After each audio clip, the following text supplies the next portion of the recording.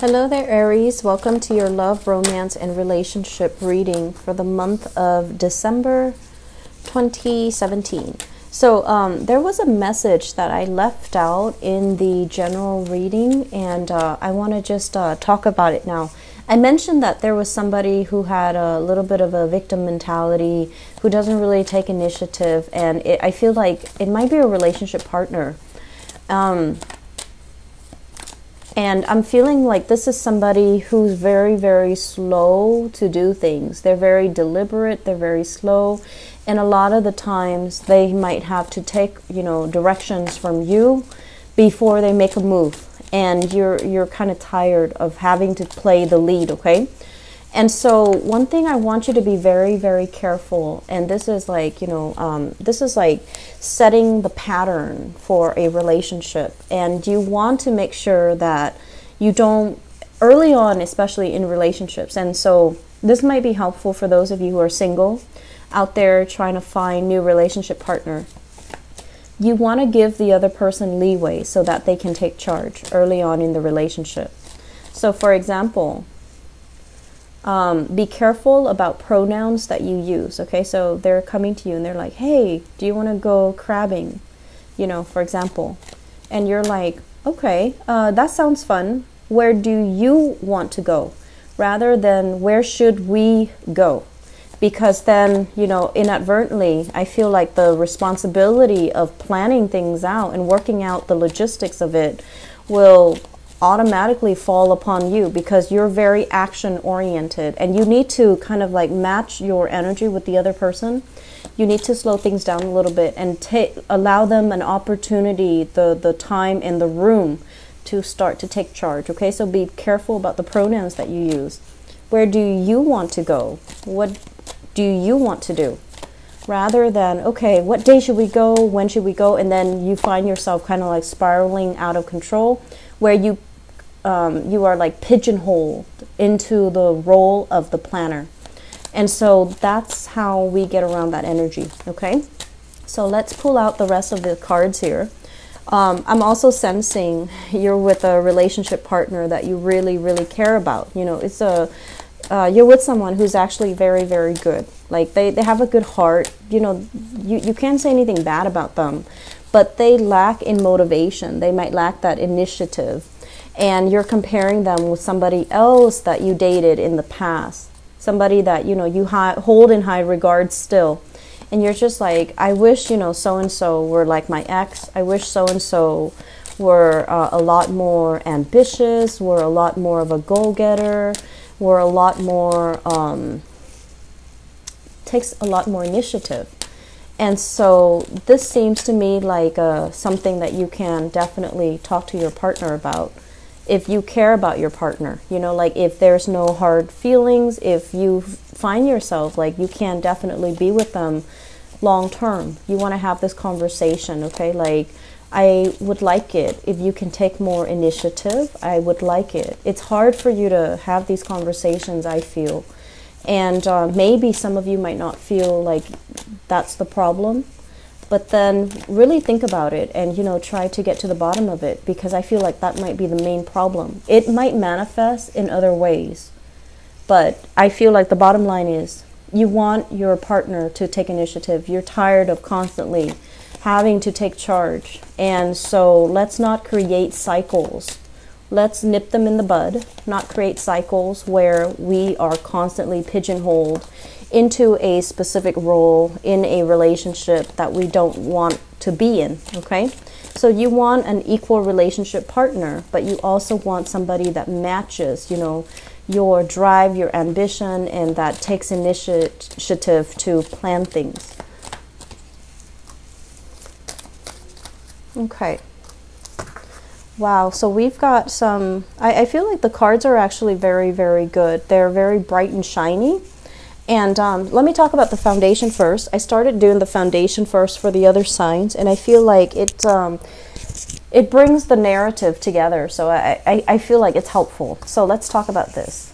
We have here the 9 of Coins and the 10 of Coins. And this is also something, going back to what I mentioned earlier, about needing to catch up, waiting for your partner to catch up. They're not on your level. They're getting there. And I do feel like, you know, it's an abundance in numbers type of a relationship. So the Ten of Pentacles, this is kind of like building wealth. Two people who are financially, they're okay. And then combining the income together, they're riding high. They're able to travel together. They're able to explore and see the world. They're able to plan trips, and they're able to afford a lot of luxury items because of combined income. So you might be in a relationship with somebody where one person makes a lot and the other person doesn't make that much, but combined income, the two of you are doing really, really well. Make sure, I feel like one person might be self-employed, and I feel like, you know, they're okay financially on their own, but I just feel like this element here about whoever is making more money, you're not really keeping scores here. So if you're making more money, I feel like you want to compensate, you want to take care of your relationship partner, but it can also create a pattern. It sets like an unhealthy cycle. And you basically need to, you know, really sit down and kind of draw out a budget, draw out like a balance sheet, because over time, I feel like this can create a lot of problems in the relationship. And, you know, a lot of marriage counselors say that money is a big, big cause for divorces within couples or breakups as well. So you might need to balance this out. So, for example, you know, have a percentage system. If you're making like 70% and the other person is making like 30, you know, make sure that your rent is calibrated or prorated so that it's fair for both parties. The person that is making more, they want to give more. And I feel like this might be you or your partner, but it just doesn't feel to me like it's fair. There is a fairer way to do this so that it doesn't cause discord in the relationship, okay? And then likewise, I feel like this is also about, you know, creating a family, adding more members in the family, such as pregnancies, having children, getting married, stabilizing your relationship, like taking the relationship to the next level. And, you know, the natural progression of a relationship, having children, buying a property together, settling down together, and, you know, all of that. I feel like your partner right now is at a point where they are financially very, very stable. And you might have expressed that you wanted these things, and now they are catching up to you. Okay, now they're catching up to you. And it's still going to take them a little bit of time to get used to it, but they are trusting in the relationship and they're catching up to you. And so I feel like you might be dealing here. You know, both of these are pentacles, so it indicates to me like a strong earth sign. So this is a Taurus, a Virgo, or a Capricorn. I also feel some of you might have had like a missed connection with an earth sign in your past. You are now moving on and they want to reach out, for example. I feel like that energy coming through. You're now in another relationship that has gone the distance, you know, that is very good. It's very stable. And they're flying up behind you, trying to catch up to you, trying to, you know, get you to abort your plans and to go back to them. Your current relationship partner, I feel like, is the right one. And this person is not on your level, okay?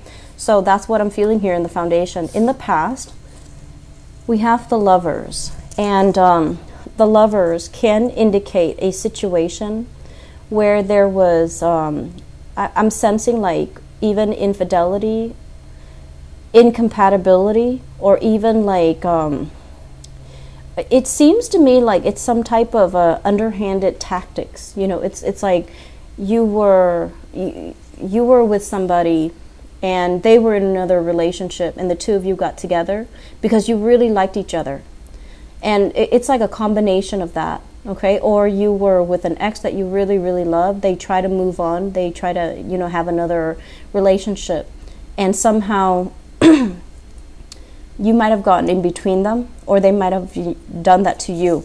So there's some type of a third-party interference in the relationship. And I feel like it was done with a lot of stealth, where not a lot of people know about it. It was done very meticulously, so you got exactly what you wanted. But I do feel that it wasn't all, you know, a walk in the park. You might have wanted that person, and it just seemed like, you know, on paper it looked very good. There's great chemistry, great passion in the relationship, but I do feel zero compatibility here. And so the relationship was very turbulent, on again, off again. It really corroded your self-esteem. When they left, you were like, you know, rolled up in the fetal position crying. When they were there, they lit up your world. So I feel like the relationship itself was very emotionally charged. It was very dependent upon the other person. And it was also, it was not the right person for you, okay? And I feel like you had to do a lot of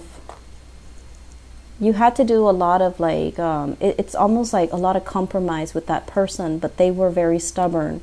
And I feel like you kind of lost yourself in the relationship. You compromised a little bit too much. And I always like do the Aries reading, asking you to compromise, but I feel like this was a relationship where you didn't know where you stand.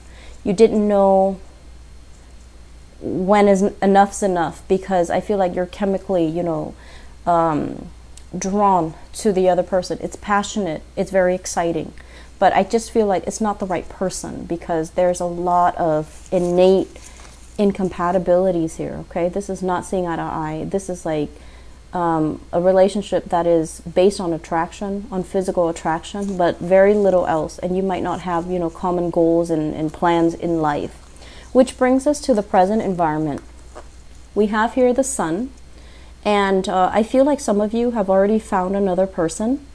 And I'm seeing as well possibly another fire sign. So a Sagittarius, another Aries, or a Leo. And we also have, because they're kind of like you, there's also conflict coming into the picture. And I also feel like you are still very, very independent. You know, you have a partner that might be a lot more on the passive end, and so you want it to be exciting, you want it to be passionate and very you know, like emotionally charged as well. But I feel like this person is not really standing their ground, and this person is a little bit more passive. So just make sure that you can slow down your energy and not cause strife, unnecessary strife, in the relationship. Just make sure that you don't nitpick over the wrong things, because I feel like they're a little bit more, they're not confrontational. They're not confrontational at all, okay? So I feel here, if you have exes contacting you, just make sure you don't deal with them, because it's going to bring that up in the relationship, and it's going to create trust issues. And I also feel as well, you know, just be very patient with your partner, because it seems like they're afraid to talk to you.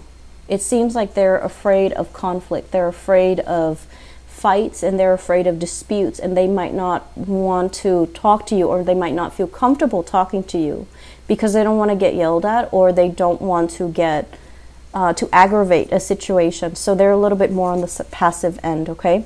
But I feel like they treat you well. I feel like you're feeling quite happy in the relationship. And I just feel like they're not as independent. They're not independent of thought. They're not assertive, and there's something missing here. Crowning this reading, we have the Wheel of Fortune. And the Wheel of Fortune is basically things turning for the better, okay? It's in the upright position, so I do feel progress, movement, having a certain sense of like clarity regarding a relationship, and it is linked up here with an air sign. So we have here, this is an Aquarius, a Gemini, or a Libra, Sun, Moon, or Rising. When it shows up as the King, this is someone who's very, very intelligent. When it's in the reverse position, it's somebody who, they're intelligent, but they lack a sense of strategy. They lack a sense of like a clearly defined and a definite sense of direction. So there might have been a lot of arguments in the relationship between you and this person. Where are we going? Are we getting married? Are we having children? When are we settling down? When are you going to propose? You know, all of these things in terms of relationship. If you've had these problems in the past, I do feel that things are going to be turning in your favor, and there will be, you know, matrimony. There will be a compromise with this person. And I feel like, you know, they're showing up in the reverse position, because I feel like they mean the best, but their life as well might not have, you know, caught up to yours, and they're waiting for their life to catch up before they can make these promises. Okay, so it's not somebody that makes promises lightly, but when they make promises, I feel like you can hold them to it. Okay, which brings us into the future position. We have here the Two of Wands, and the Two of Wands usually indicate some type of a physical rift, like an emotional or a physical disconnect between you and a person that you're dating. There might be additional travel and movement for you or your partner, and as a result of it, you might be kind of physically away from each other. And there can also be arguments and disputes as well because of exes, past energies.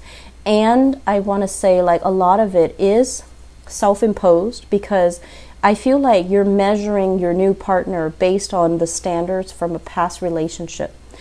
Be very careful about that. We need to start every new relationship with a clean slate. Of course, we learn from the past, but you're using criteria from a past person to measure the new person. And you're just like, why can't this person be as strong, as determined, as honest, as clear-headed, as intelligent, whatever the situation is? I feel like that's what's happening. And you're comparing apples and oranges, okay? People cannot be compared like that. And I honestly feel like there needs to be, you know, cords of attachments that needs to be released between you and an ex. So let things go, otherwise it will destabilize your current relationship, and it will create a situation where there is lack of consensus. There is, you know, no mutual plans to build a relationship. And then you find yourself emotionally and financially estranged, emotionally and physically estranged from your current relationship partner. So there's conflict coming in.